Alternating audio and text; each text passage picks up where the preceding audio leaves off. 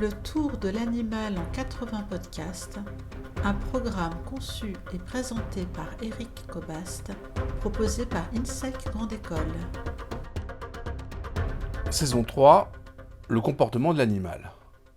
Épisode 19, Carl von Frisch et la question du langage des abeilles. En 1973, Konrad Lorenz va partager son prix Nobel avec un autre Autrichien, cofondateur de l'éthologie moderne. Un autre Autrichien dont l'observation et les études vont porter sur le comportement des abeilles. Il s'agit de Carl von Frisch, avec bien sûr pour horizon la question du langage, le langage de l'animal. Alors von Frisch a observé que l'abeille qui rentre dans sa ruche, gorgée du pollen qu'elle a butiné, est immédiatement assaillie par ses congénères, qui sont très agités. Elle se met alors à effectuer dans l'espace des mouvements qu'il compare à des danses. Tantôt, l'abeille va dessiner des cercles horizontaux de droite à gauche, puis de gauche à droite.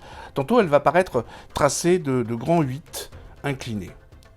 Sitôt ces danses terminées, eh bien, les abeilles vont sortir de la ruche, se gorger à leur tour du pollen, dont la première abeille leur indiquait la localisation. De fait, ces danses sont bien des messages encodés, qui indiquent très exactement où se trouve la nourriture recherchée. Frisch découvre alors un système de signes extrêmement élaboré. Les abeilles sont capables de faire signe, de signaler, elles produisent des messages extrêmement complexes. Par exemple, plus la distance qui sépare la ruche des fleurs chargées de pollen est grande, plus la danse sera lente. Alors, ces abeilles, eh bien, elles produisent des messages, et puis surtout, elles les mémorisent. Alors, on conçoit que la découverte a été fascinante.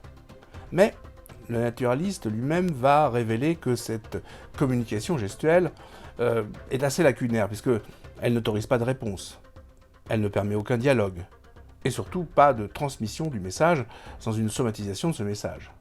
Par exemple, impossible pour une abeille retardataire de poser une question à l'abeille qui enseigne la localisation du pollen.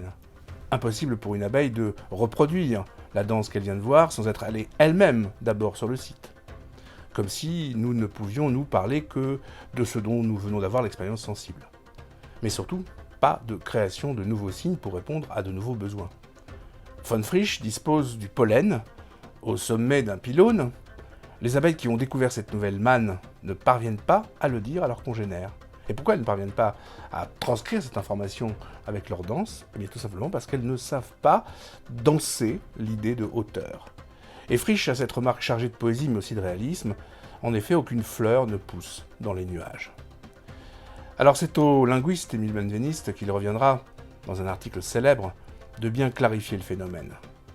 Je cite : « Ce n'est pas un langage, écrit-il, à propos de la découverte de Frisch. C'est un code de signaux. Tous les caractères en résultent. La fixité du contenu, l'invariabilité des messages, le rapport à une seule situation, la nature indécomposable de l'énoncé, et surtout, sa transmission unilatérale. »